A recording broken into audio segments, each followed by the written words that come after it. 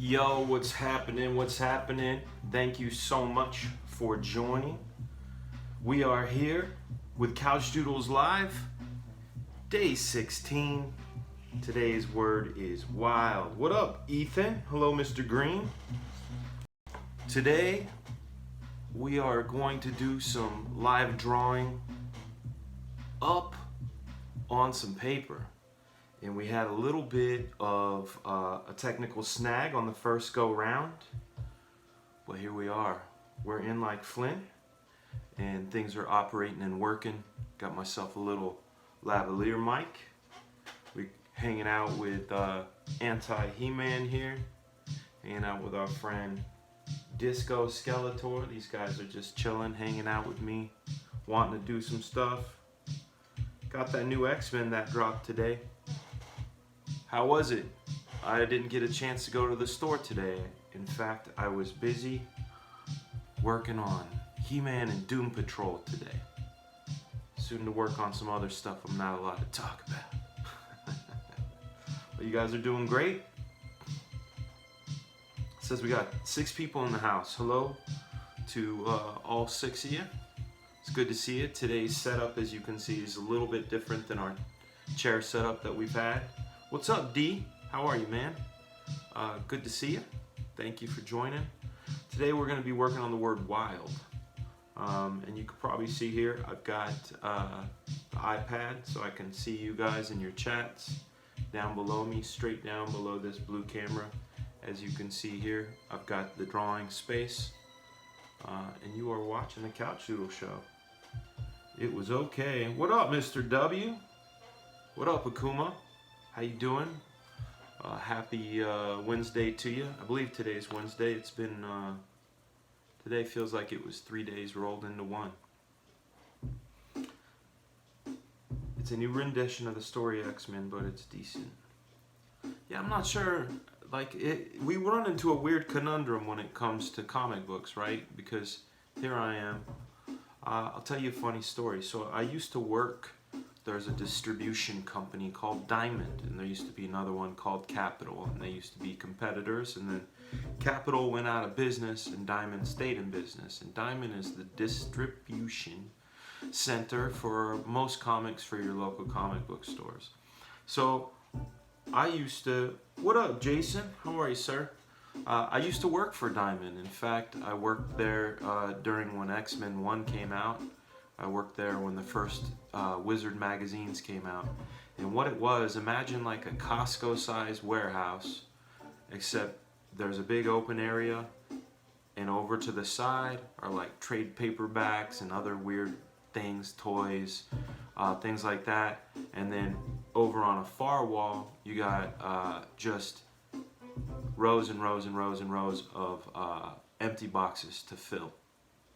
So what would happen is, day before Comics Day, these things would arrive. They were called avians, and they would come from the airport, and those avians would be filled with sealed box comics, you know, cases of comics. We would take with dollies and hand trucks, we would load them up and bring them into the warehouse. We would organize them by title. Here's da-da-da-da. And then we would grab one of those cartons from one of those columns, and that would be a retailer, and it would have their order, you know. 45 X-Men, 100 Spider-Man, you know, 10 Wizard magazines, and we would go through and one by one we would fill each store. And there were, back then there were a lot of stores. There was like 118 stores at that distribution center when I worked there. But this is a long time ago. Why am I telling you this story? The reason why is my friend Fred, the one that is in the grave as the photographer. He photographed all the really great pictures of the spot. Fred worked there as well. He's the one that hooked me up with a job there. This is after, that's twice Fred hooked me up with jobs. This is after the graphic shop was all closed up. Well, I was reading some McFarlane Spider-Man, and I was oohing and ahhing over, I think it was issue 319, if I remember correctly, the one with Scorpion. And I was like, yeah, and I was going crazy about Scorpion. And you gotta remember, Fred's like 25, 26 years older than I am, so he's an older dude.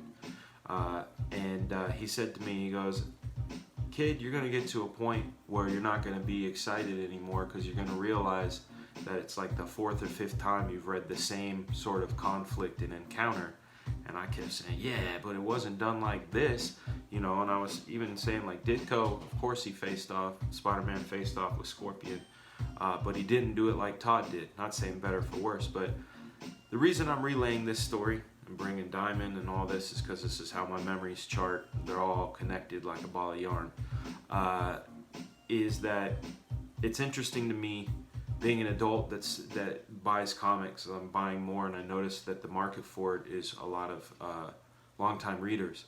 So you run into sort of a little snag because it's hard to introduce new young readers, number one, because they have other options like Nintendo Switch and the internet and YouTube and TV shows and all those other things. It's hard enough to get them on board when they come on to something that's essentially written for an adult, something that's essentially retroactive continuity that is playing upon books that the person may have read 20 years ago. So it almost becomes this sort of esoteric thing. So it's kind of tough because the comics I like still have that sense of fun and wonder. So it's a crazy place to be. Let's see what you guys are saying on the chat. Don't really feel like a relaunch worthy story. Feels like a mini series. All right. Anything in mind for today's wild? Today's airdrop was insane. The Predator was sick. Thanks, man. What up, Andre? Our man Andre's in the house. He is an official member of the Couchdoodles team, along with Matt Yackey, and those are the two original members on this side, and combined I think I've known those guys. Let's see, Andre, I met you in 93, so that's 26 plus another 20, 46 years. I've known those guys as long as I've been alive collectively, but it's going to be cool when it's 50 years. Whoop whoop whoop, hump day. What up, Mr. Milton? I don't know what I have in mind for Wild. Like, part of me wanted to do sort of a riff on Weapon X because he's wild, and I've been known to draw a Wolverine issue or two, and I have a pretty decent hang in that character. I also drew, I think his name was Wild Child, in a Weapon X issue that never came out. It was an inventory story after I was removed from Black Panther for my lateness. So anyway, we told that story a couple nights ago, but that was the time I drew Wild Child, and he was kind of a weird guy to draw anyway. He had that crazy long hair and all that. How's the sound on this, guys? Am I sounding okay? I got the microphone on my lapel and trying to do a little cleaner sound for you, a little closer to the camera, cleaner sound. We're going to be doing things on paper today. We got our guest visitors. Let's punch them in. So we got Anti-He-Man. He's really cool. I didn't even know about him until I started working on... What up, Paul? Oh, dude, go to bed, man. Go to bed. What's up, Never Cold? Hello. Thank you for letting me know how the sound is. Appreciate that. Paul, man, get some sleep, bro. Thanks for saying hello, man. It's much love and respect, dude. So, hey, what's up, Solo Mon? So this guy is Anti-He-Man, right? He's like the bad dude from the story I'm writing, and that's all I'm really allowed to say, if I'm allowed to say. But he is one bad dude, and he doesn't take any stuff. So the other thing I found out is that there are like many versions of Skeletor, right? We got this guy here. He goes by the name of 2000X Skeletor, aka Disco Skeletor. I've got another Skeletor over here, but I'm missing his helmet, and that bothers me slightly because his helmet's important to his look. This is Space Skeletor from New Adventures of He-Man, which was early 90s version of He-Man. Take it easy, man. Be well, dude. So those are some of the dudes that the action figure dudes. So then the other thing I'm trying out, and I keep seeing them in my Instagram feed, are these things called pit pens. At first I didn't know what they meant when they said pit pen. And it's Faber-Castell. They make color pencils and pastels and things like that. And I remember my buddy Brian Pierce showed me these a while back because I recognized them from the look, but I never really got the name. And then I know Liefeld likes these. Some other guys had posted some Inktobers and they wrote down inked with a pit pen. So I was like, yo, let's go get some of them, right? So here we have a small, an extra small, a fine, and a medium. So the extra small is those tight details. Small and fine, I think small is smaller than fine, and then medium, if I remember correctly. Let's see, there's small, there's fine. Yeah, small is actually bigger than fine. I mean, finer than fine, which is confusing, right? So it's amazing. There are 20 of us in the room, and we still haven't decided what we want to call our gang. All you guys that show up, especially you diehards, man. That's pretty dope. That a lot of you have been here all 16 days, and that's pretty incredible. They're similar to microns. I like microns more precisely. Yeah, I've used a lot of microns myself. In fact, I've got more than I need, and man, I might end up giving some away. Figuring that out. So check this out. I'm gonna go back to the table cam. So I got some Sculpey. This is this one's just regular Sculpey 3. It's white and pearl, and then this one here is super Sculpey, but I got the firm, and I mixed it with regular super Sculpey and some of this to get this nice gray color, and it's really interesting, like just what you can do. It's almost like a soft pencil versus like a hard pencil. I'm actually pushing much harder into this, and you can see with this I can pretty much carve it away pretty easy. This one, it almost breaks the stick. I haven't figured out which one I like most. I used regular Super Sculpey once, and it was fun to do that face, but anyhow. Ethan, have a good one, man. Thanks for dropping in. Couchdoodles, that came back. Ethan, thanks for dropping in, man. I appreciate it. Catch the replay of the art on Instagram under Couchdoodles and on Twitter under Couchdoodles. Couchdiddlers just sounds weird, man. Never Cold, first time catching the live, man. Thank you. Thanks for coming in. Back behind me, we've got our spinner rack that's got a lot of fun stuff. So anyway, we're gonna jump into drawing wild. This night, we'll see how this night goes. And I still have my iPad, so we might be able to jump into iPad for some comic review or some looks at some books, or some looks at some other books, anatomy books, things like that. So I'm gonna go with the one that's called Fine, because it's kind of down the middle between the four. Yeah, you will see it tomorrow morning, man. That's like the cheat, but you're gonna miss the conversation unless you come back.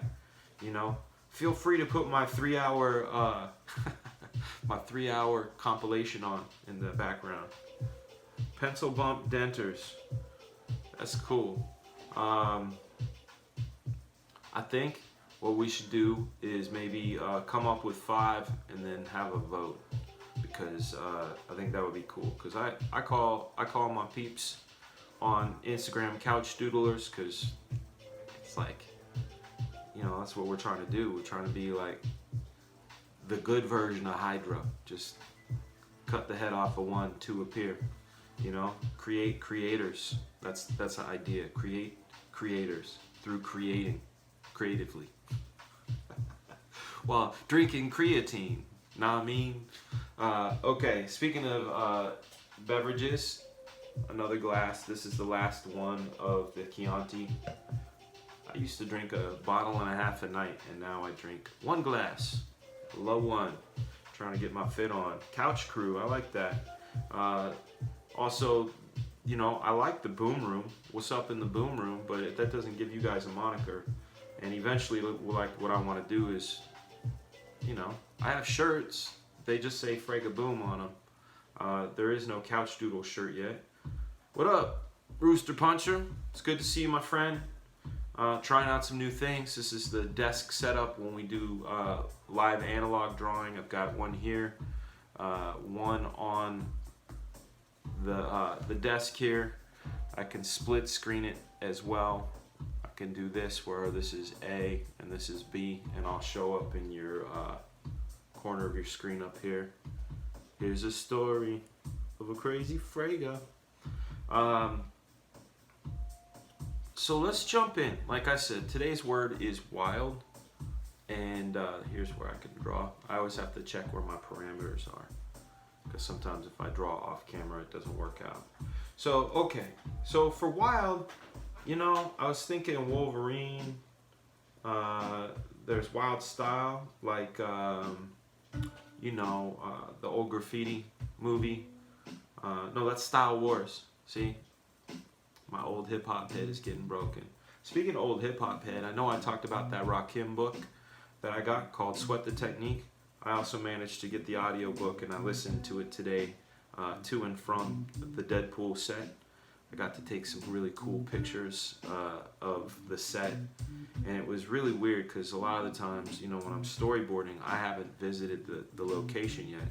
So on the episode I'm working on right now, the director and I had already worked on a sequence of a set that was being built, so it was on my imagination. So then when I got to go there today and see it being built, it was very strange. Like when you go from somewhere that was in your imagination and you walk into it, it feels like a dream, you know?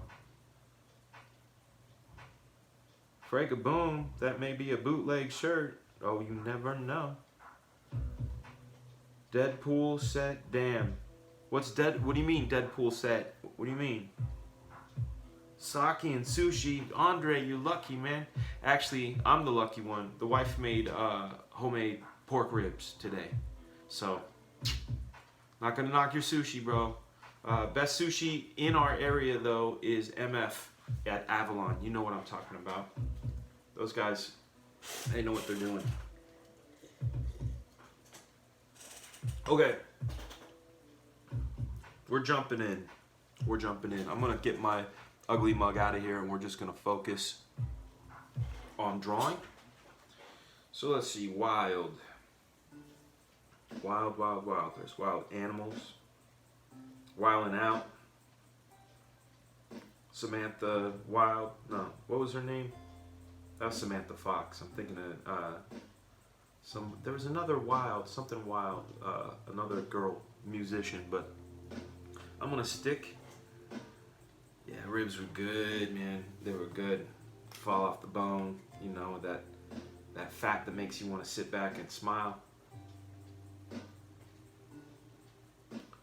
Deadpool, I could draw Deadpool. I might, you know what? What if I make a wild idea, right? So I start off like this, and I start off with a tear, right? I'm gonna move that up. Start off with a tear. We're gonna telephone cord this bad boy again, because you know how I do when it comes to rips and shreds. Do this.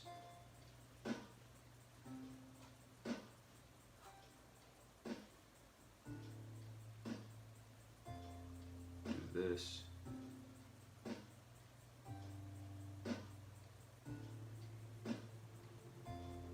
There we go. Then some of this shred's gonna go up in here like this.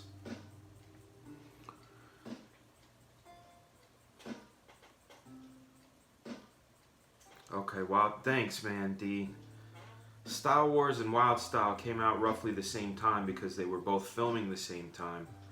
And one had Crazy Legs and one had Cap, and you know.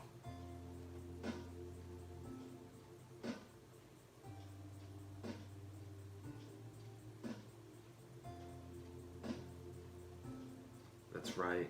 That's right, I did.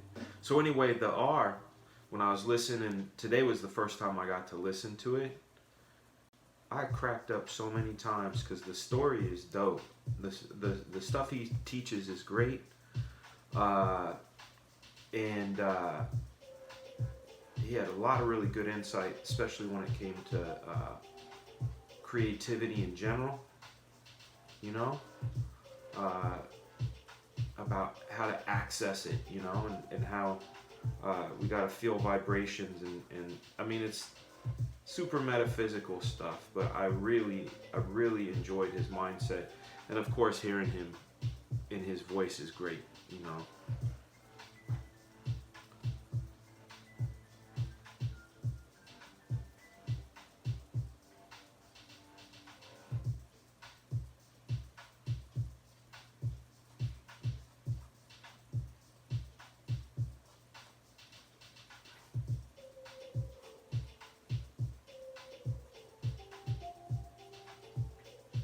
Anytime I get quiet like this, I'm going into full-on visualization mode. So I apologize if we get a little bit of dead air. That's always deadly, right? You're watching the Couchdoodles show. I'm your host, Fragaboom, 28-year comic veteran come November. I like to say it 28 years, though it feels good to say it now. But yeah, 27 and change, 27 and 11 months.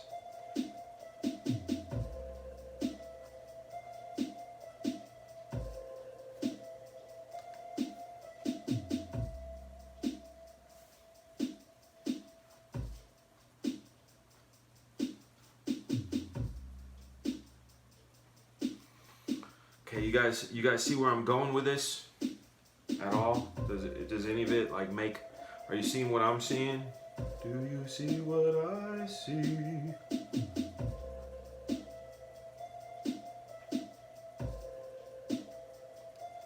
The director I worked with today was a lot of fun.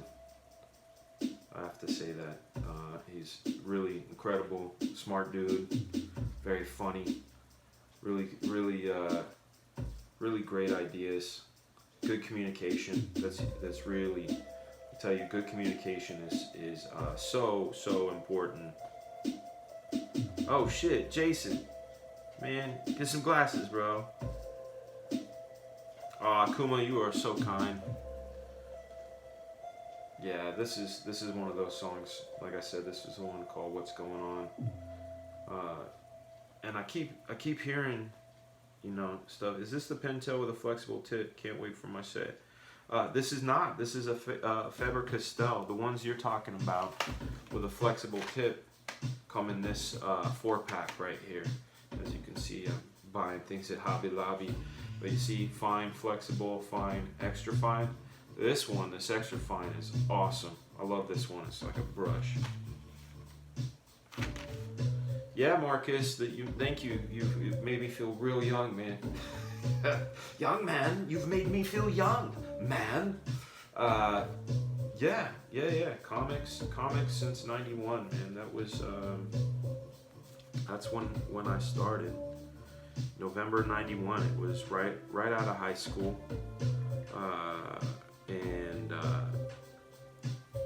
I was, you know, like I said, I feel completely lucky to have had the opportunity. It was definitely one of those right place, right time situations.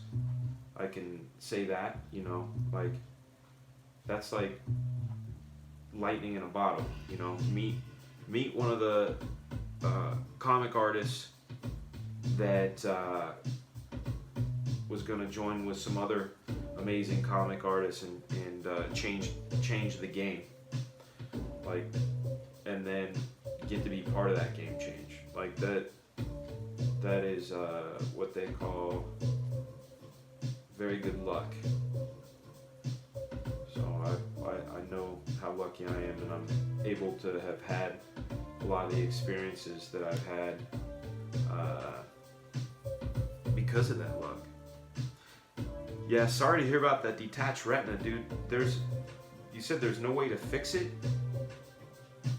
That's incredible to me.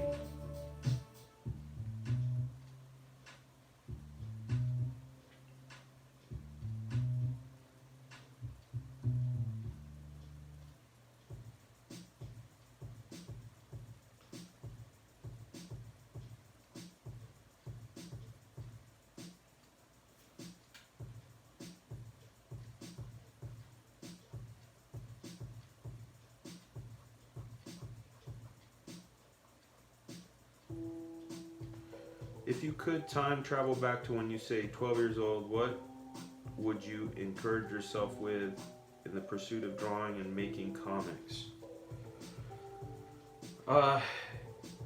It's funny you say that because one of the questions I ask on my interviews is if you can go back and give your younger self one piece of advice, what would it be? Part of mine would be listen to your heart. Listen to your heart, kid. Or listen more to your heart, because I always did, but I, like I said the other day, there ends up being a lot of second guessing, and I have a saying that I use, and it goes something like this, and maybe this would be what I gave the advice I would give to my younger self, and that would be that comparison is the thief of joy. And what I mean by that is, like I told you guys, where I started changing my art and stopped being like true to myself is when I saw other people doing the kind of things I wish, or having the reaction to their work that I wish I had, and not staying the course, and instead trying to search for that thing, that magic thing. Maybe people will like me if, and then you lack authenticity when you get there. You lack originality. You lack anything. It's harder to be someone else than it is to be yourself, and I got lost in that. What was the advice I gave you, Mr. W? I find that I hand out advice, but I'll tell you, I'm one of those guys that I can easily see how to help other people out quicker than I can see for myself. So, it is. I'm glad I was able to do it.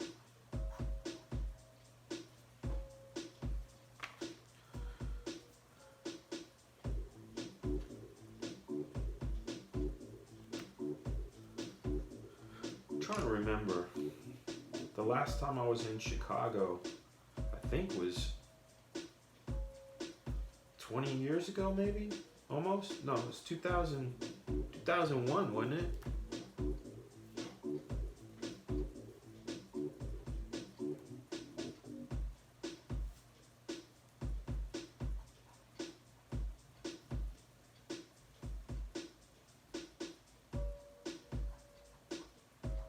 Sure I'm not going off the page here.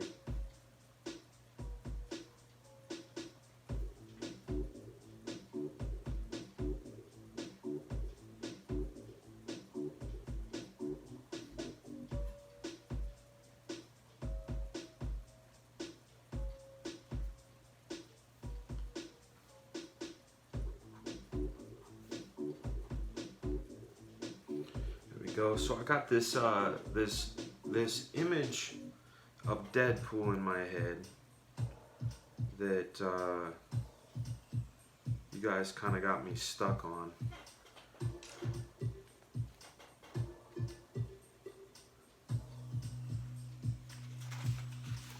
See, that is advice that I would give, because I feel like if you're gonna master something, take your time and focus on it. And then once you feel really good about it, then you'll find that knowledge will end up informing other things, you know, like uh, your coloring, you'll start knowing where values go. Your penciling will inform the inking. Inking informs penciling, and but it's always good to really master one of them and spend your time uh, getting that worked out.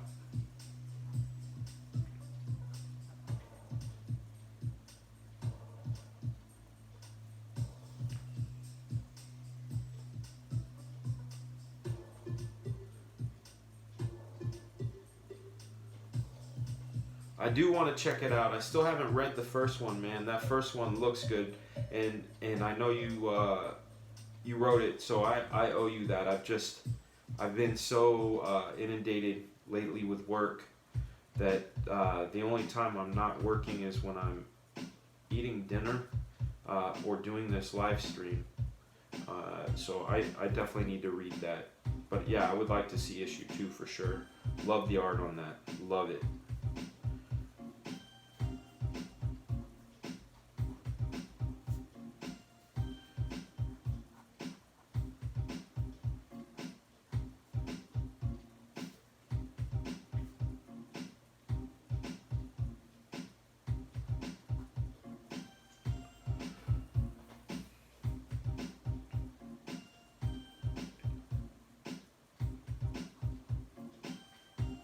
I need to read more. So you can tell I'm like an audiobook guy. It's like I'll go and buy a book and then I'll end up getting the audiobook. The only book I haven't done with recently is Ready Player One. Ready Player One, I wanted to read. Of course, I'm one of those guys that saw the movie first, and I liked the movie. I enjoyed it. There were parts of it that I didn't care for, but there were plenty of parts that I really did enjoy. So I thought, you know, after hearing some friends that did read the book say, oh, the book is so much better, I was like, yeah, I'm going to check the book out. So...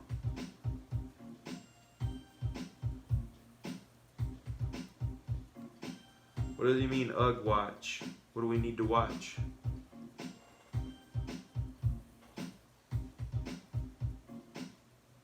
Oh yeah, Jonathan Hunt. Yeah, Jonathan's great, man. I've never met him. I know he's a Florida guy, right? He's mutual friends with my friend Pam, who I worked with on Transporter, and then I met him through Pam. Well, met him or whatever you call that, e-meeting, when you meet someone online only.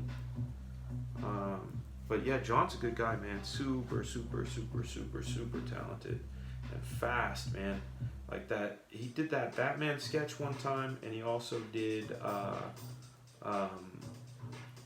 Venom. And I mean, it was like I posted it, and like a half hour later, it's like, yo, check this out. I'm like, oh shit, man, you time travel? Like, it was that fast. I couldn't believe he was that fast. But he said he does a lot of those sort of digital paintings as exercises to like stay limber and stuff. So like, I get it. I totally get it. So here we go. We're working on Wild. And in a second, we're gonna see why it's wild.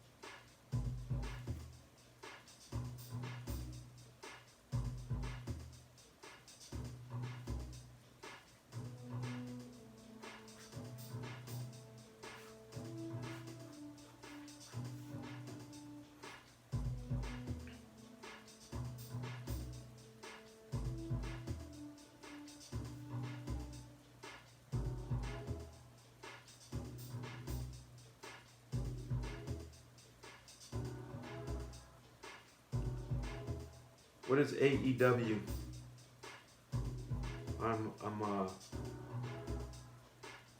terrible with acronyms, and like I said, I don't watch enough TV to know anything anymore. AEW.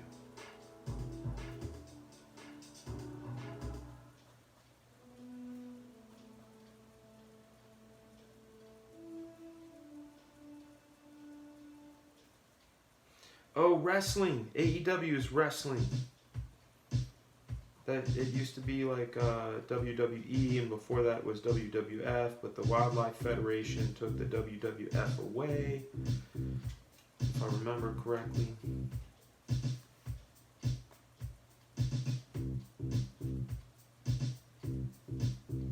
All Elite Wrestling, yeah. What happened to in a lot of the that root beer? That's funny. Aren't a lot of the wrestlers from WWE over there? Maybe I'm wrong. I thought I saw a promo or something for it.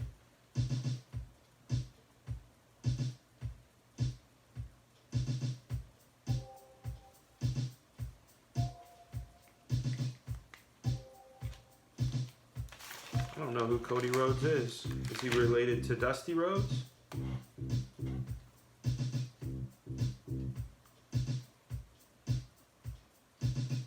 So coming in with that pen to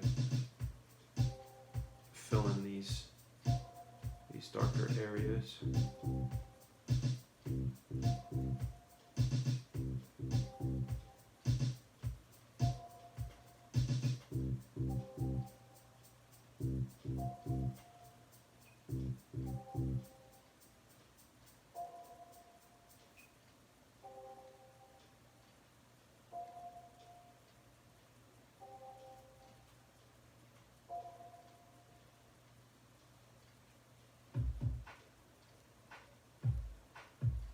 Go. Oh shoot, Chris Jericho, man, I haven't heard that name in forever.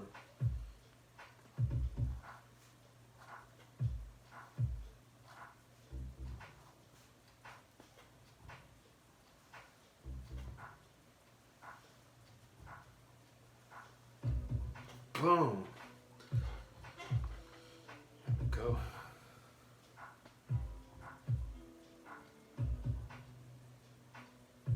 I haven't watched wrestling in a long time, but I used to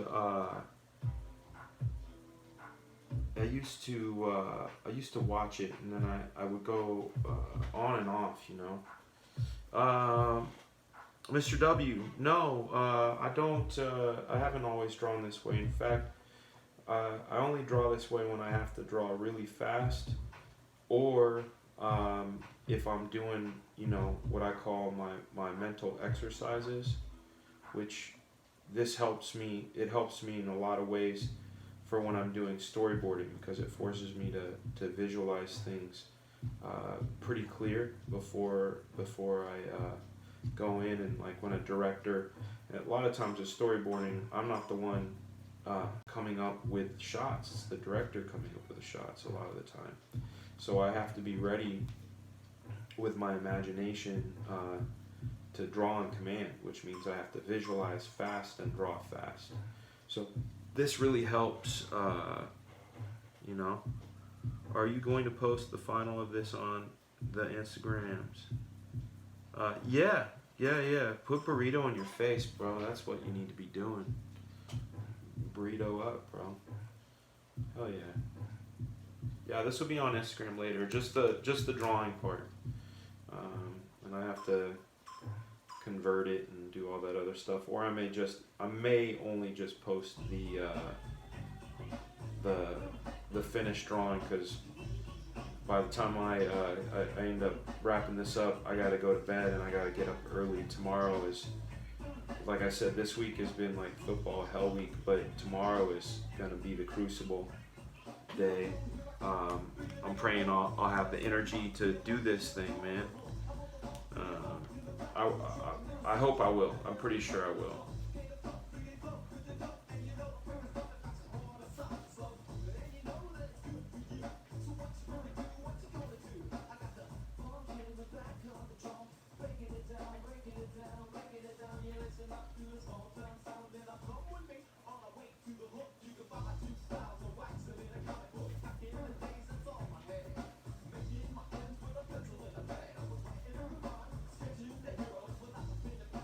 So I'm doing my version of spaghetti webbings with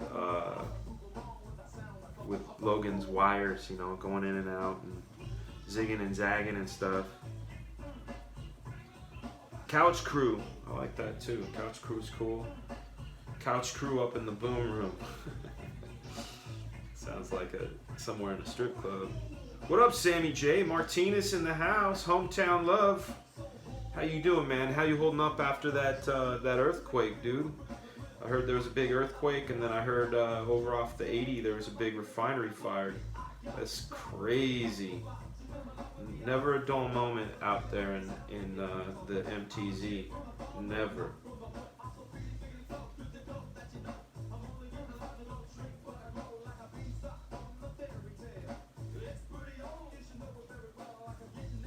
With my image. And I go blood crazy from the start to the finish, yeah. Shoot the woman, oh, none should be seated in her.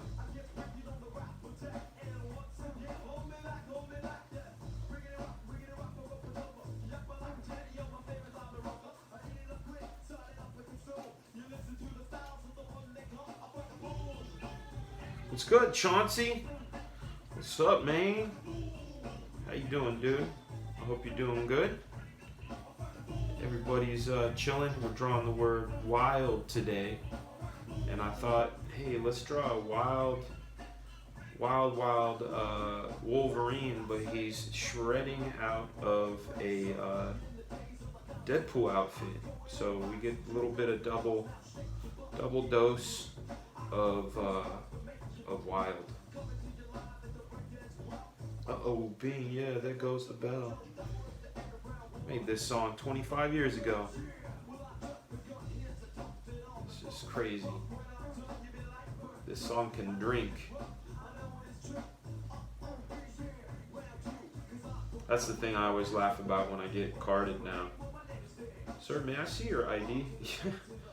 I could cut myself in half and both halves could have a beard legally.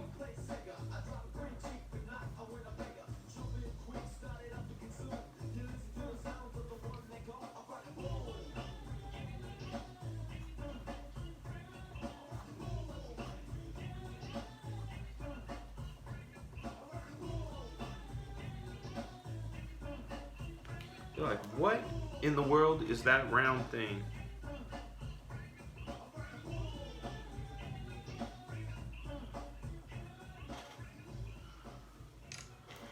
Got an email from somebody. I don't know who that was.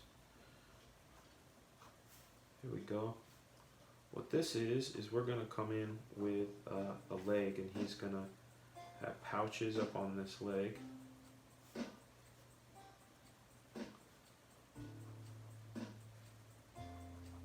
Like so, and then this part of the leg is going to come down, but then we're going to throw a cool boot on it. Let me see, where's the bottom of this? Oh, that's off the camera. I'm going to slide this up just slightly so you can see this.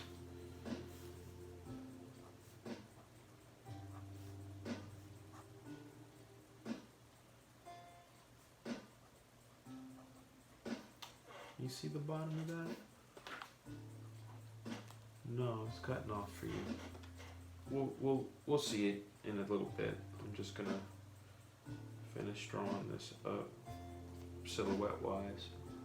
See down here, there's this foot. Let me see if I can back this up. I'm gonna adjust this back. There we go. There we go. A little better. Slightly better for y'alls.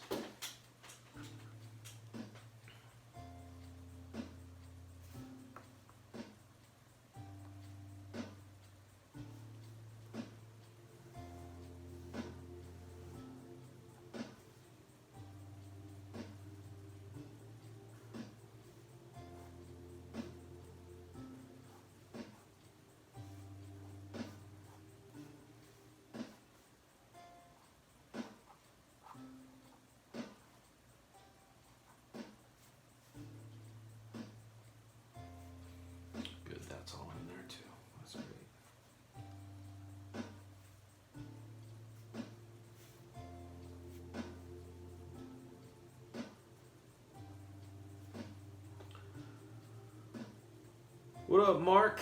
How are you, sir? Hotes. It is Hotes. It's funny you say that because I asked him. I asked him today. Oh, did he? He might have tweeted that after I wrote him today, and I said, "Yo, is it hots like hot or hotes like totes?" And then he wrote HOATS like oats. It's like, oh shit, thanks, bro. I have been saying it right. When I say hotes, I always second guess myself. Like, oh, maybe I'm saying it wrong. And I'm such a dick. I'm a bad friend. You know, the inner dialogue that just won't go away. Yeah, Kyle is the shit. That dude's amazing. Cooking dinner to the soothing sounds of Fragaboom. That's right, you're watching the Couchdoodles show. I am your host, Fragaboom, 28-year comic book veteran, here to draw you some pictures, have fun with you. I want to thank the 24 of you that are here. It is a real pleasure and an honor to be hosting and having you guys here. So thank you very much.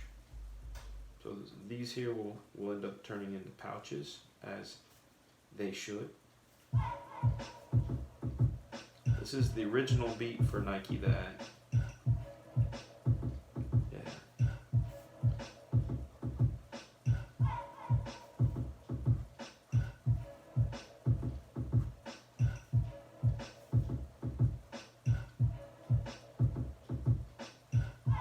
Oh, good. I was wondering where my cool supply, art supply bag is, you know.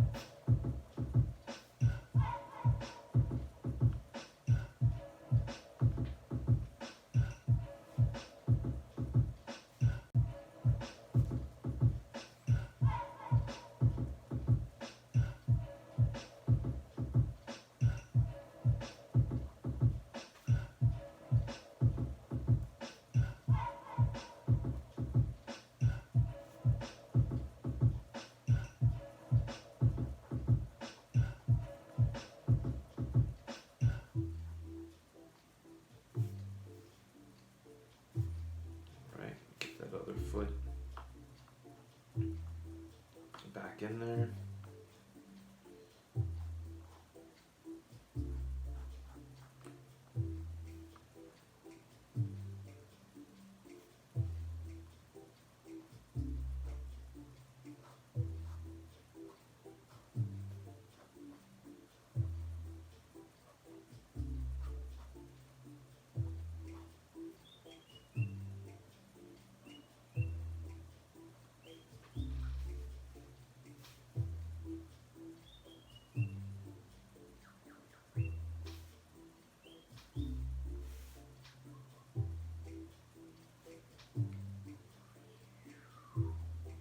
Doing the quiet thing again. My bad. I'm gonna into Couchdoodles withdrawals. D, I'm gonna still do this, man. Believe me, I'm still gonna do it. We may not do a word of the day, but we are going to figure out a way to keep the show up and going with new content.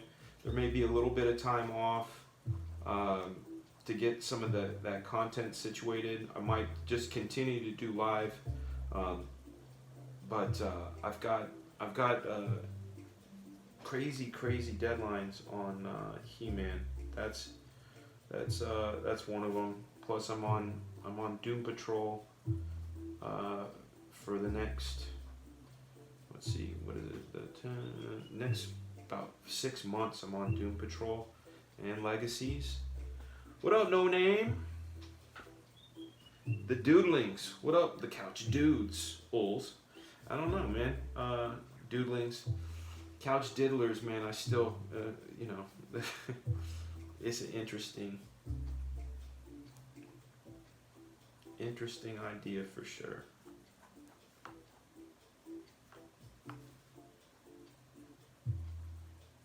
I like putting tread on boots. It's always fun, and then put these spikes on there. Oh, you guys are still kind of cut off on the boots. That's a bummer. I didn't realize that was going on. Sorry about that. Okay, we're gonna come in here.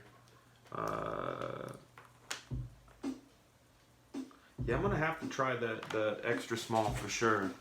The extra small looks like it's gonna be a lot of fun. Right now I'm gonna drop some heavy values on this bad boy. I feel like they need to happen.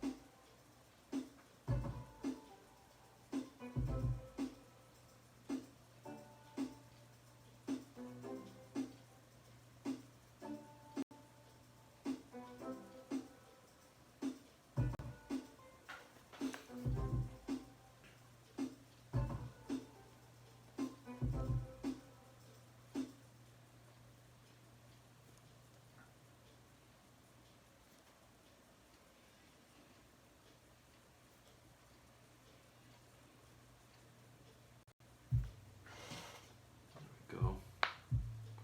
Happy wife, happy life. That is the truth. That is the very most truthiest of the truth, because unhappy wife is oh shitsville.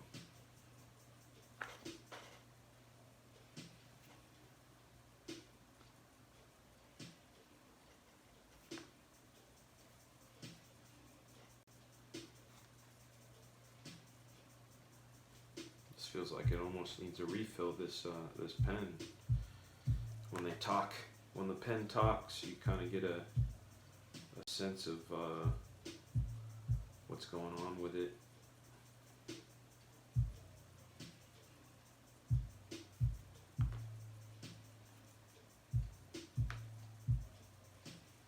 Coming in, dropping the heavy values. Give it a little more weight. A little more of that heavy dark feel. I don't like that this brush is losing its cool, but it's gonna happen. It's gonna happen. That's the way it is sometimes. Let's check it. Yeah, see? It's dying. It's dying. It's dying. It's dying. I'm gonna grab another pen and fingers crossed it's not all dying on us. You're watching the Couchdoodles show. I'm your host, Fragaboom. Watching that Couchdoodles jam.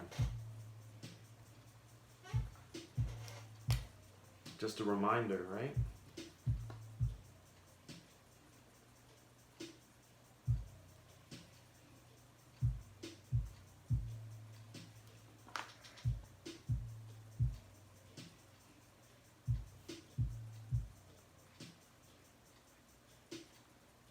See, that allows me to see how much delay we have. We got about a 20-second delay from what you're seeing on the screen and what I'm saying, about 20 seconds ahead.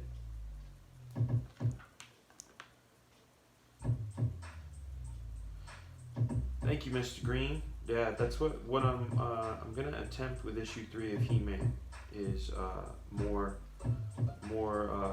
that dark value. And issue 2 is very, I mean, we definitely have plenty of shadow and shade and levels of black and everything, but the what do you call it?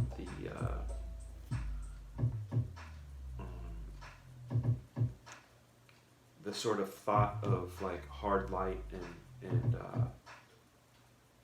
direction of light and shadow and mood wasn't as considered as I want it to be, and gonna do on issue 3 of He-Man, which I am just starting a couple days ago. Full bore bloom on that bad boy.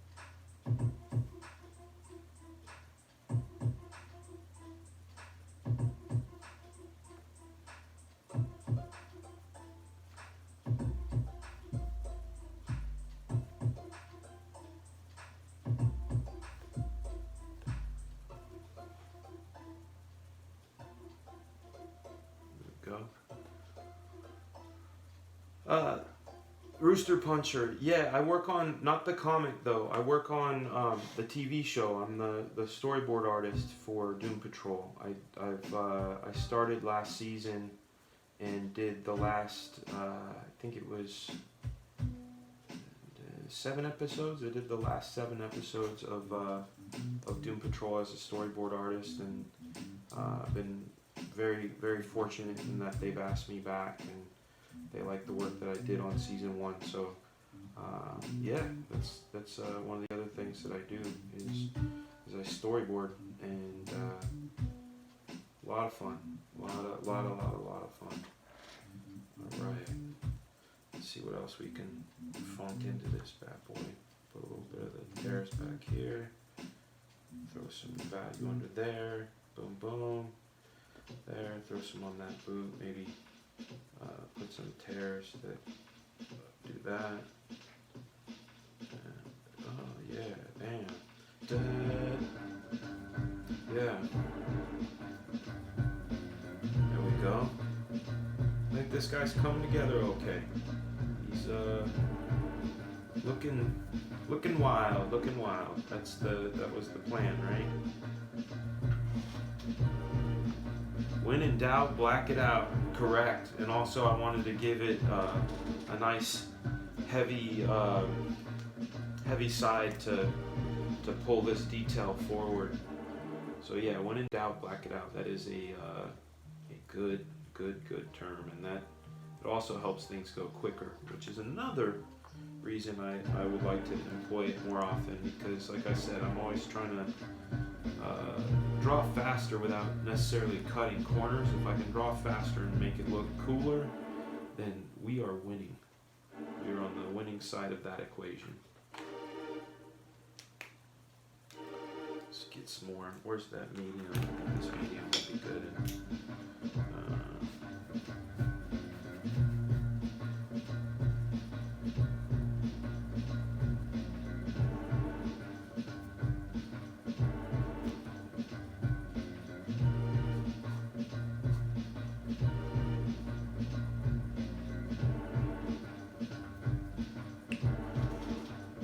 Thank you, Mr. W. That was one of the very first remixes I ever did. In my songs, I try to be as sample free as I can, and I sampled 3 times. There was a Madonna song called Push, and a Fiona Apple song called First Taste. I decided to not use the Madonna or Fiona Apple, but this one just said way too much that it wanted to stay around. So let's do this. Maybe throw some more stray hairs coming out to fatten up the Wolverine silhouette without it being super obvious. See that? Bam. Some more blood. blood flying off. Man. Yeah, we like bloods. We like El Bloodo. And then what I'll do is come in with a little bit of whiteout to funk it up a little more. Laser printer, that'd be crazy. More like a dot matrix that you gotta peel and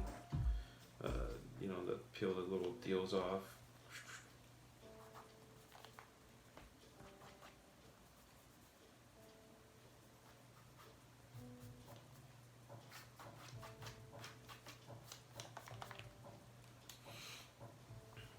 And that would have been coming right there.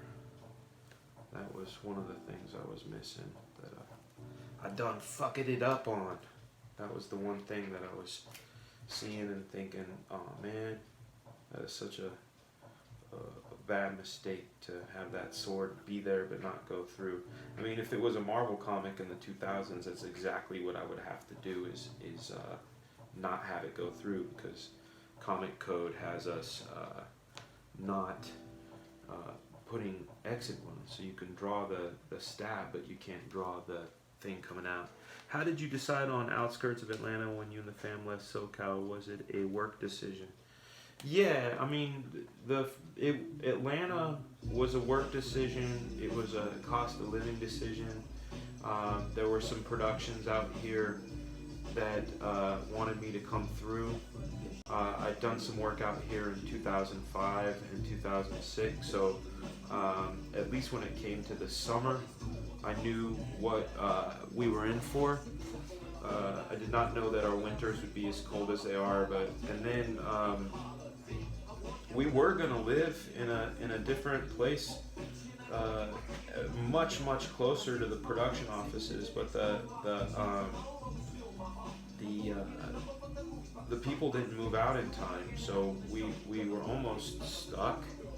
But we found this really great place here in Alpharetta, and we really lucked out and close enough to see Andre and Matt, and just like I said, we lucked out. Just really lucked out. Excuse me. Another one. Here comes another one. Woo! Yeah, man. Yeah, that's how it was, man. I remember right after 9/11, they really went crazy on comic code enforcement, and the thing that really bummed me out was that they when they mandated that hardcore stuff, Frank Thierry gave me a script that was like Wolverine and his teacher fight ninjas for 2 pages, and I'm like, cool. Yeah, but I can't show them stab, I can't show this, I can't show this, and I'm like, so I get to draw a ninja fight where they stand around? And they said, oh, just be creative. So I ended up doing the thing in silhouettes, and I wasn't, creatively I was not happy about it, I'll tell you that. I say a cool tool, as a matter of fact. Yeah, this is the song that has Black Flag in it.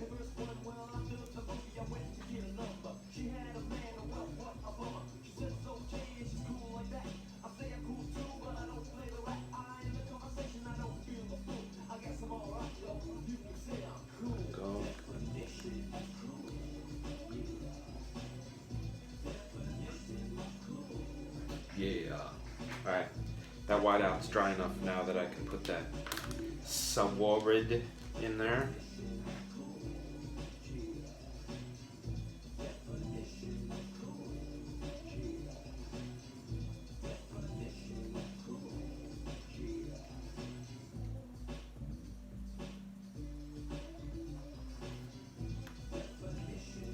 This was all this whole entire demo was all done by a guy named Dave Lewis, and he did it all on an MPC 2000 in late '93, and we recorded in early '94 at Black Hole Recording Studio there in Hawthorne on Rosecrans.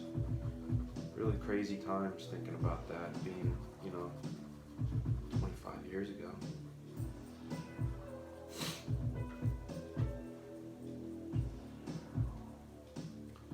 You know, one of the things that I can do on here, and I totally forgot about it, but I think I know why I forgot about it, is because I can have this simulcast on YouTube as well as Facebook, but I know that the Facebook views don't count, and that's, you know, one of the things I'm trying to do, like I said, is build up viewership so we can monetize and start supplementing this channel and be able to do bigger things, travel places, go to other shows and do live versions from shows and meet more people and potentially, you know, start getting more books funded and all that good stuff. Okay. I am doing the Halloween con thing with Tucci at the end of the month. I'm in fact, I'm going to be bringing our show there. We're going to be coming live from that show, and I'm hoping that they'll be cool enough to want to come on the show and vibe with us from the party, because there's going to be an after party. It's in New Hampshire on the 26th, so we're 10 days out. We're gonna be going that soon. I'm pretty stoked about it. Take it easy, man. Thank you, Never Cold, for coming and joining and hanging with the crew. Always appreciated. Thank you very much. All right, so let's sign this thing.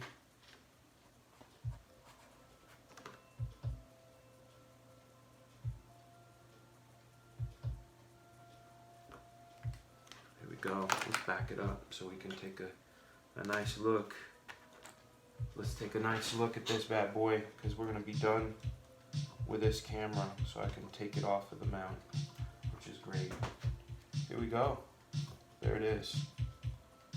Wild. And then this is the other cool thing we can do, since it's not on an iPad, is we can get up on it, see details. There's the face, there's all the crazy wires and ripped shreds and popped claws and mess down there, and then we back it up and we get wild.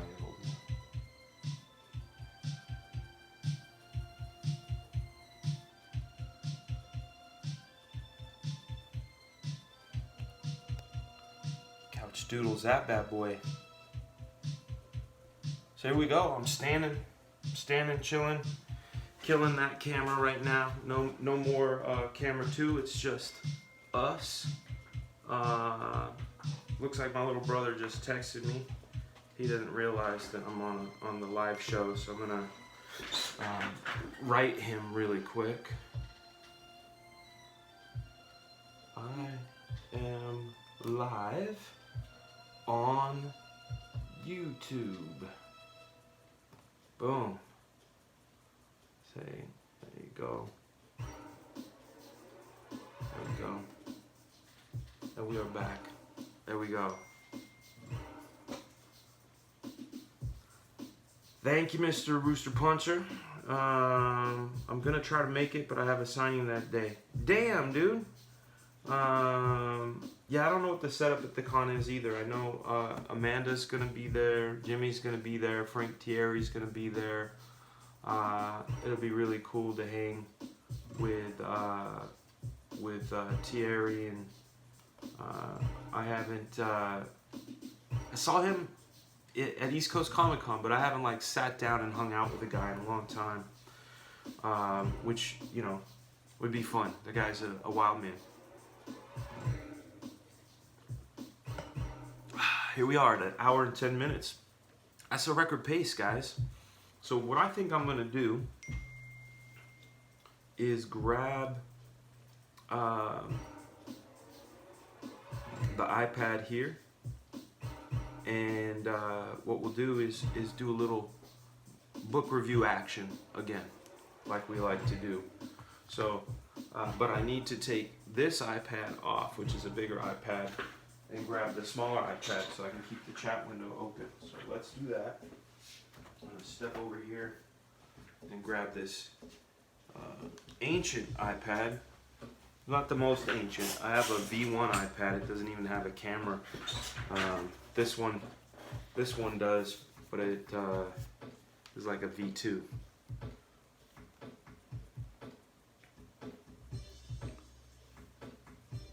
That was a message from Kyle.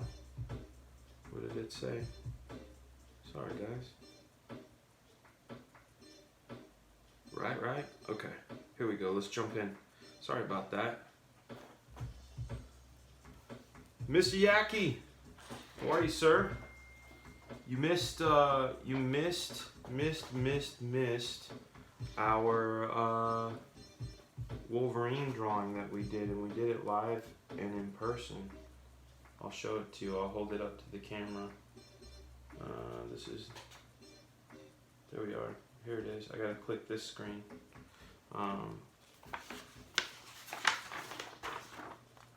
There we go. Turn it that way. It's wild. It's here we go. Deadpool and Logan and one dude, one swell-felled dude.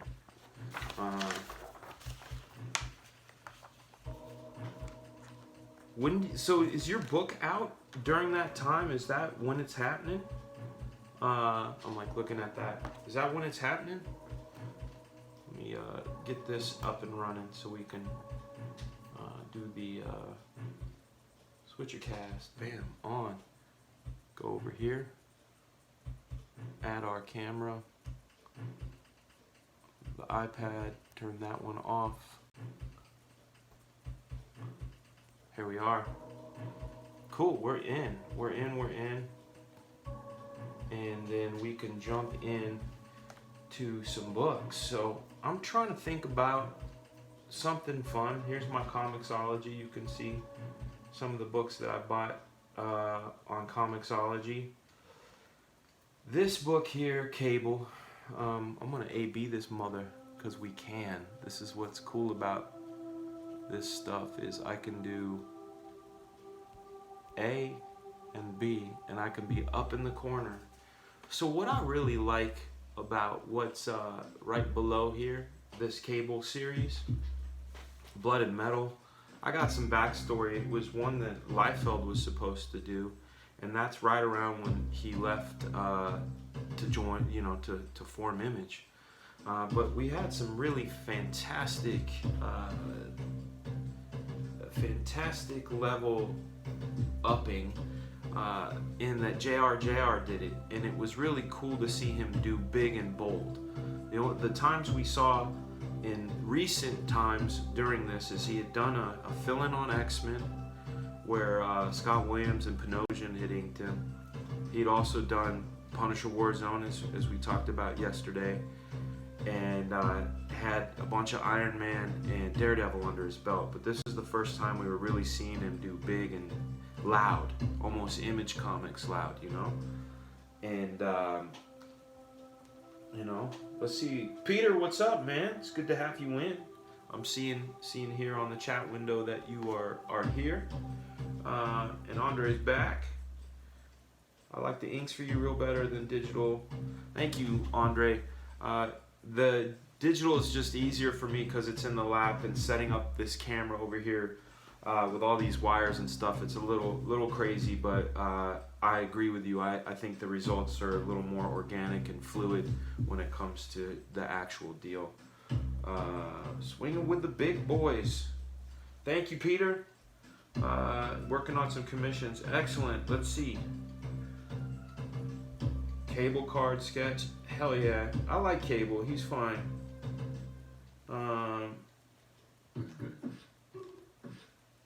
So this Cable Blood and Metal, what I really like about it is that it starts off just loud, right? You get this sort of backup of like, oh, this is what happened. Here's the creative team, a little what's happening here. You see a bit of protest and whatnot. You see right here through the smoke, you see what looks like some badasses, and you would not be wrong when they decide to hop on down. I'm gonna take myself out of here because I don't want to block this gloriousness. But you got Kane, Cable, Grizzly. I don't know. A couple of those characters I don't remember. Domino. Oh, you're asking me if I'm dressing up, man? I am. I don't know. I don't know if I'm dressing up. I don't know if I'm supposed to. Maybe I'll put on a hazmat suit and go as Walter White.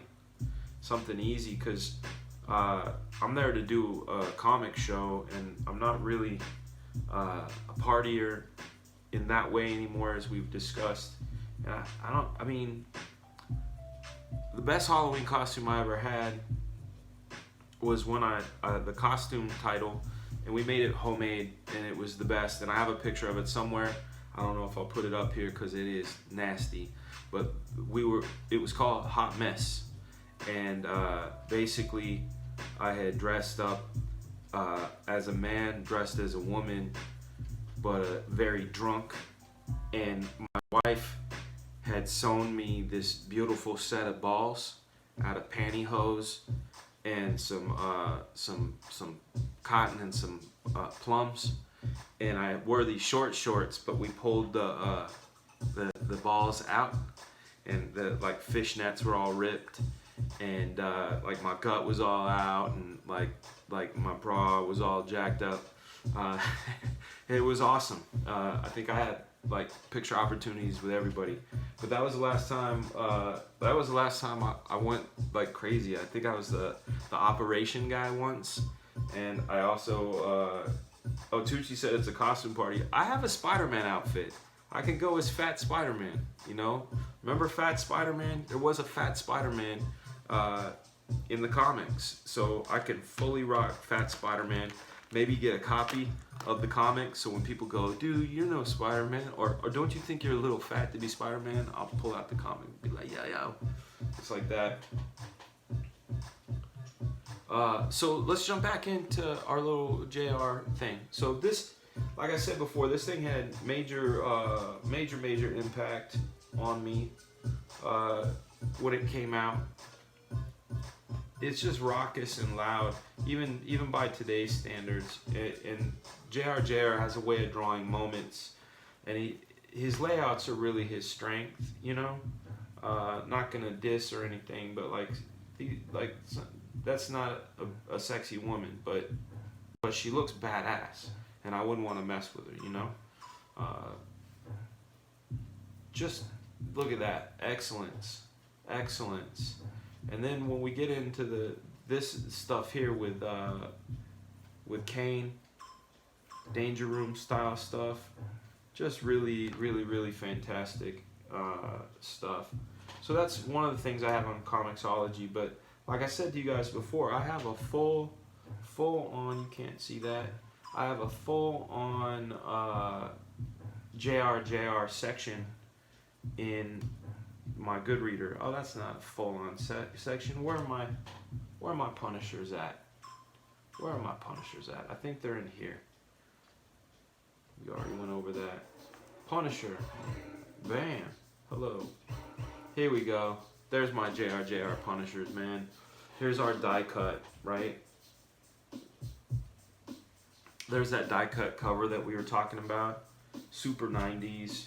Super 90s.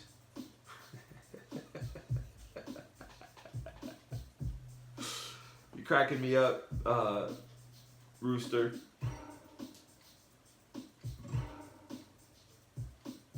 Fat Jesus, I like that. Yeah, I would have liked it, Marcus. I would have liked to see that Spidey collection.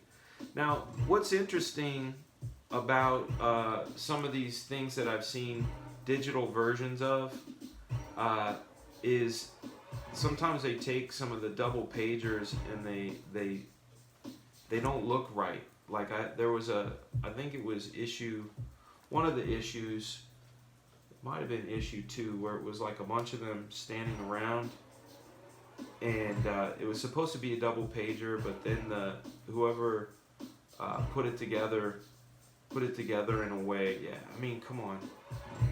Sure, he's in his underwear, whatever, but like that's how you gonna draw a dude looking badass in his underwear? JR can do it. Look at that. I still would have put it at a little bit more of an angle, but who am I to talk? There we go. Like this could be a Frank Miller page. It's so good. It's so good. I mean, look at, boom, you know, boom, crash. This is all before, you know, True Lies and all that motorcycle business. Look at that, over the rooftops. Then you get the nice quiet shots. You know, I wish I had the, I don't know if I have Daredevil Year 1 in here. I know I have it somewhere. I put all my Frank Miller, I might have put that story in the Frank Miller batch. That might be what it is, you know. What's interesting though about that Punisher, not the Punisher, the cable that we had gone through is sort of the structure, right? You have this sort of uprising in a Middle Eastern country, and then you have this team falling out of the sky. And then if we look at say, is it Youngblood 2? Was it Youngblood 2? Nah, it wasn't Youngblood 2. It was the flip side. It was the flip side to Youngblood 1 that I'm thinking of. So we go here. Here it is. Let's do it. Boom. There is a conflict.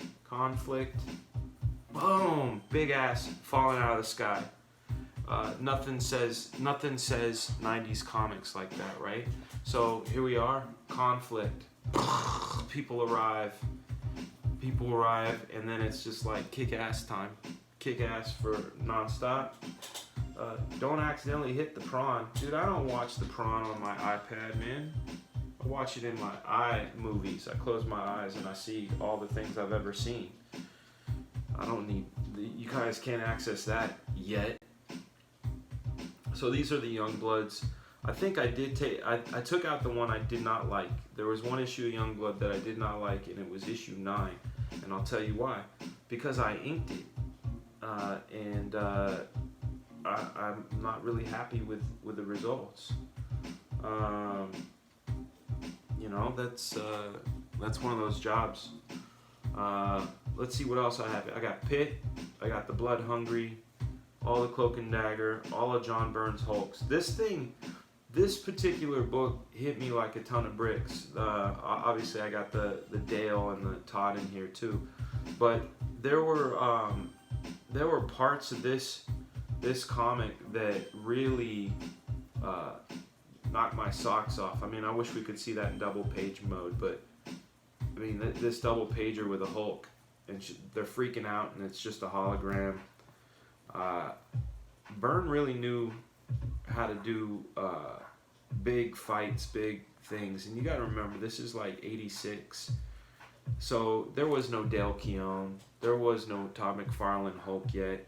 You just had this, and this was the best of the best, and I just remember buying it as it came out and being completely floored by it. And it's one of the comics that made me want to become a comic book artist, along with images like this. The Dark Knight was probably the big solidifier for me as far as wanting to be a comic book artist, to be able to do that. But you know, that's how it is. Thank you, Mr. Green. Have a wonderful day at work, sir. I'm gonna jump in over here. This is another app that I have called Comic Books. It's simply just called Comic Books. It arranges things a little bigger. You can't do long boxes or whatever, but you could see here's all of Akira, Avenging Spider-Man, Killing Joke, Neil Adams collection, the Dave Finch Unwrapped, the Capullo Unwrapped, all the really cool Dark Knight covers. This is a lot of fun. It is, especially if you're a Mignola fan. This was his Dracula job, and this is, I mean, you want to to see a full-on demonstration of how to do simple and effective. I mean, yo, come on. That says so much with so little. You got cast shadows on the gate. You get the framing of him. I mean, look at that wolf. Like, this stuff is just so classy, classic and classy. Check this out. The cover of this. Doesn't that look like something you might have seen in a Black Flag poster somewhere? Yes, it does. Yes, it does, because that was the big time inspiration for that Black Flag poster. Got some of the Essential X-Men's here. Here's Kirby's entire run of Fantastic Four, of which I think I have some of the first printings of, like, you know, a couple in the 50s and a couple in the 80s, but definitely I don't have any of this stuff down in there. Here's all the annuals. There's the Frank Cho stuff. Really like Humberto Ramos's Impulse. These are all those Marvel Comics Presents. I don't know if you guys remember this, but, you know, we had Blood Hungry and all of that, but there was something really cool, and let me see if I can find them. If I remember correctly, it's one of my favorite Rob Liefeld jobs. And let's see, Colossus. Forget which issue it is. Let's see, Havoc, X Factor. Here's some Rob. Here's some Eric Larson. But it was early on. I think it was during the Weapon X stuff, maybe. Weapon X, Daredevil, no.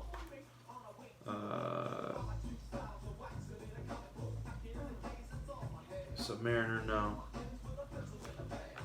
Maybe it was during Sam Keith stuff. Firestar. Beast, yes sir, here it is, I found it. I knew it was during some other stuff that would make you almost ignore the fact that Rob did anything here because it was Sam Keith. But look, I mean, this is like one of those gem of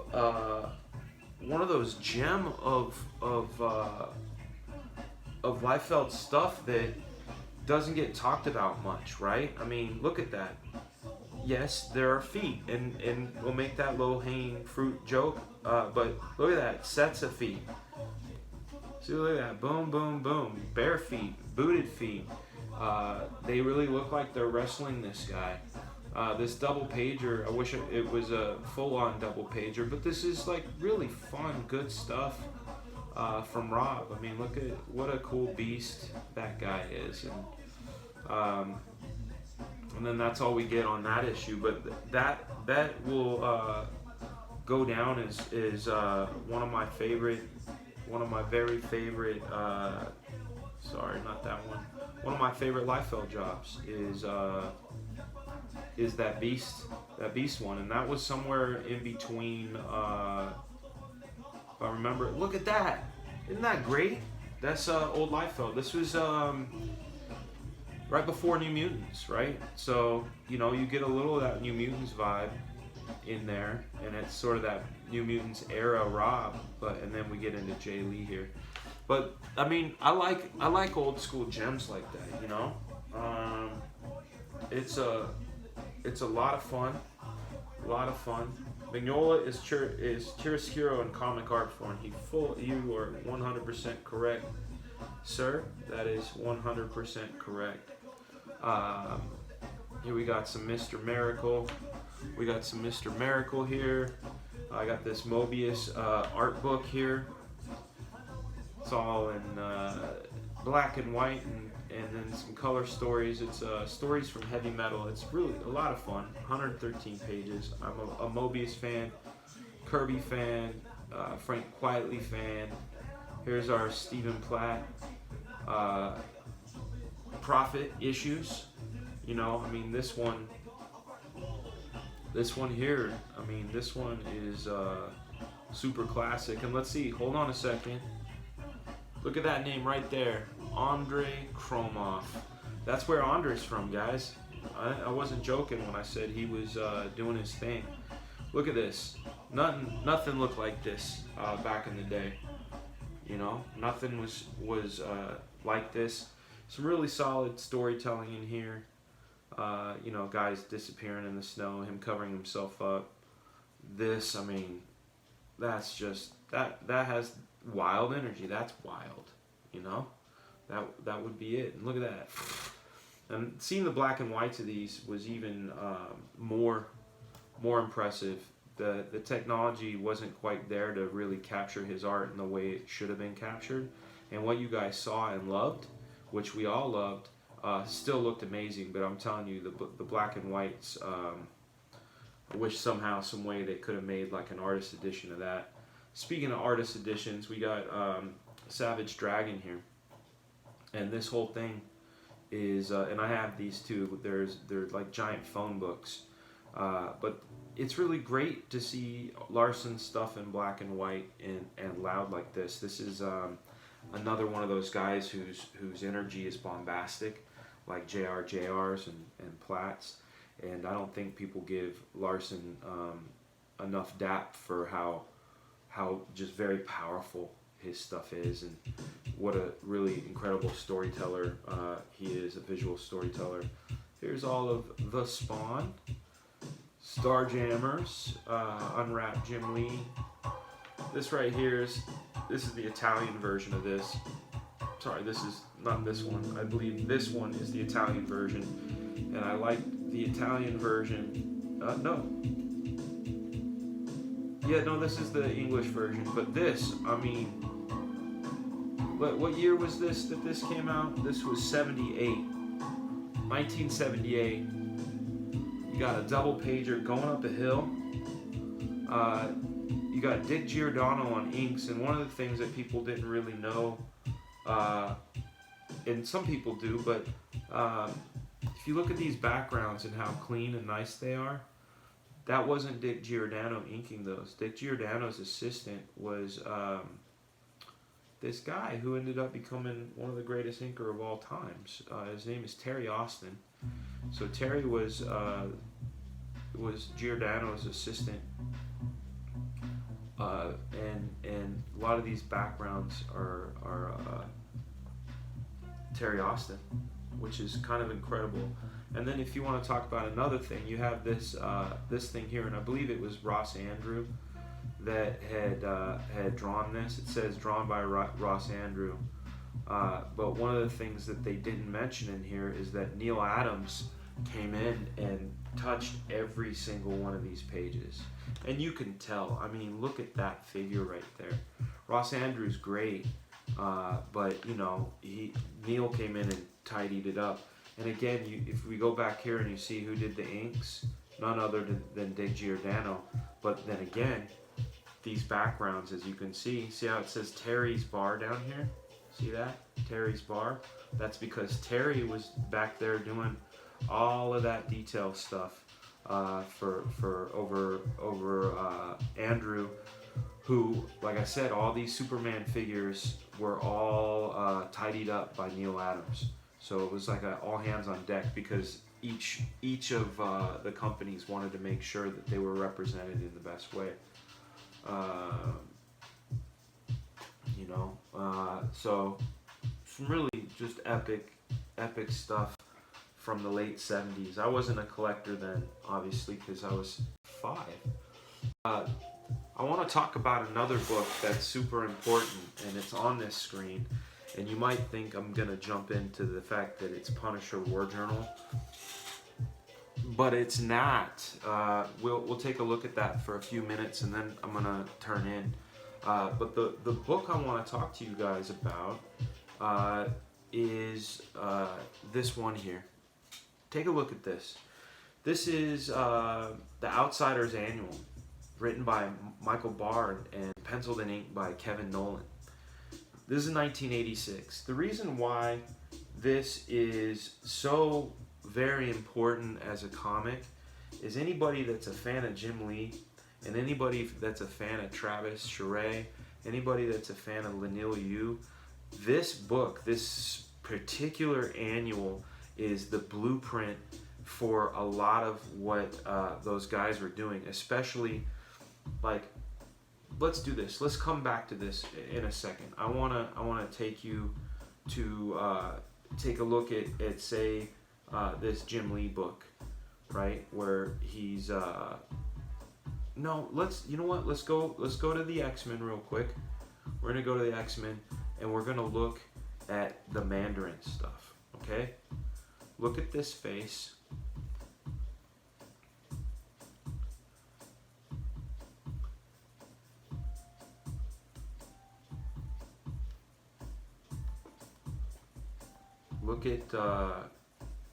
Look at this face.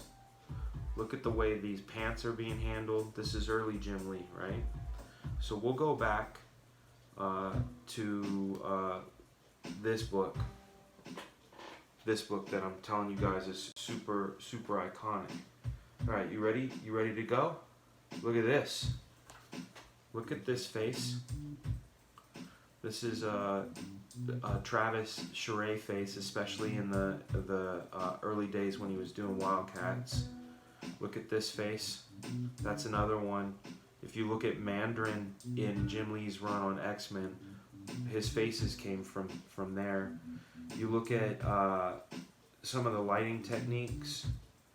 And then when we get to Batman, there are certain Batman faces that translate one for one over to Wolverine. So this particular book, you know, I mean, look at that face and that lighting. Sure, he's got a big dome, but this is where a lot of guys got their vibe from. This very issue.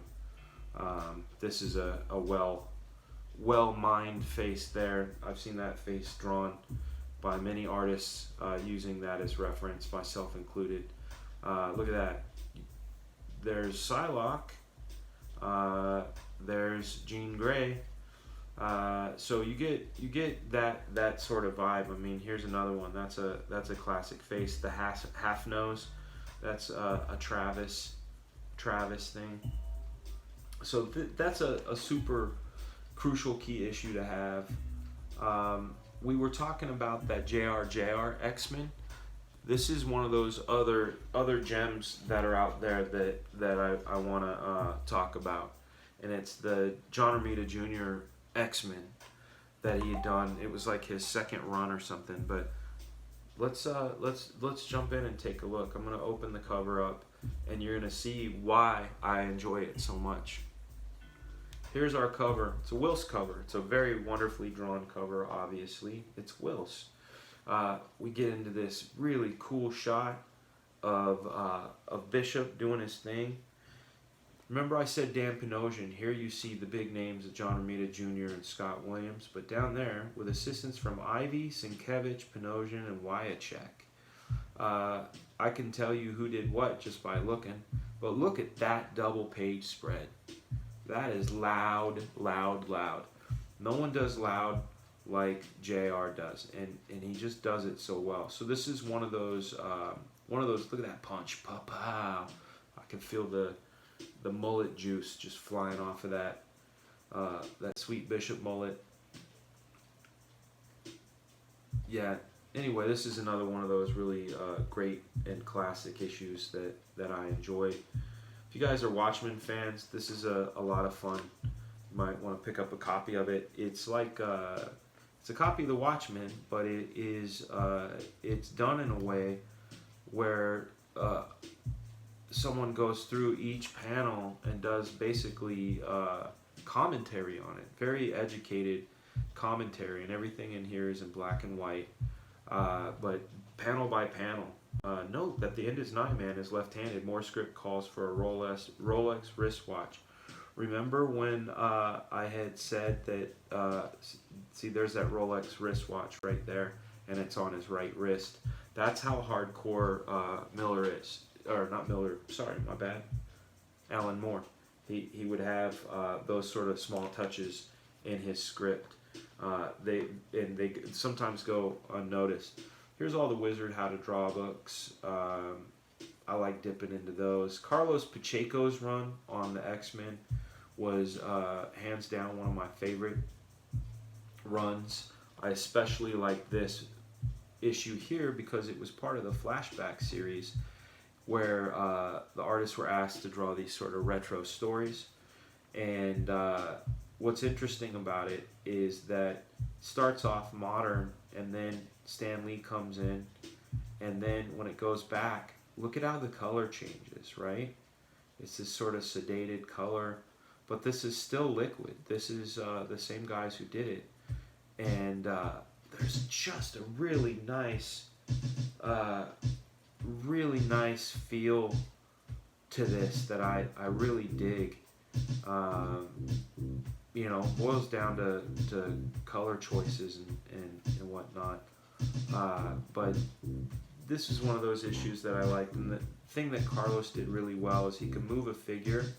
He did great hands and wasn't afraid of crazy angles on faces.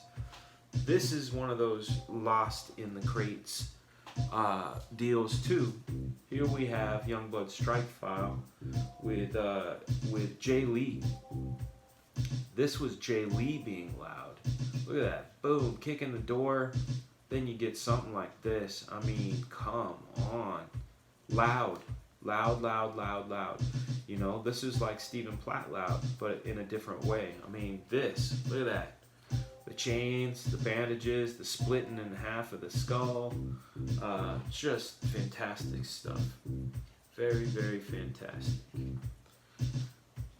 You're watching the Couchdoodles show.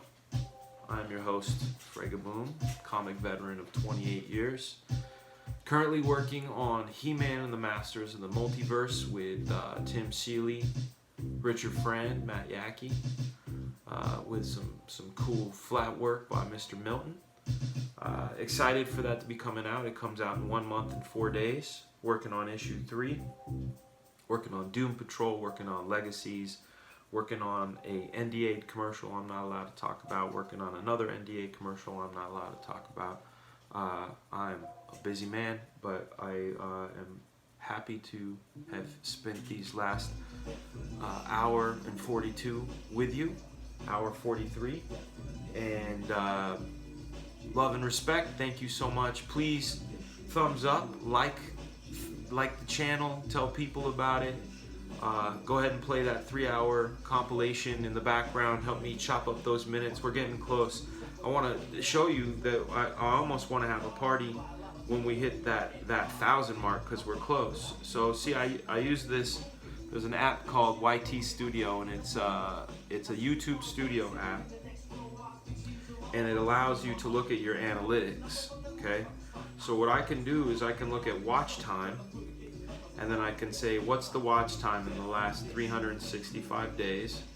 It says 57,597. So we take that 57597 divided by 60, and we're at 959 hours, almost 960. So in 41 more hours, or less than that, 40 and 0.5, we're gonna be at 1,000, which is a quarter of the way there. So thank you guys. A major portion of those minutes came from this Inktober show. So hands up, glasses raised. I thank you. We're gonna hit that mark. Have a wonderful rest of your Hump Day Wednesday. We're gonna go out watching the Couchdoodles show. I thank you.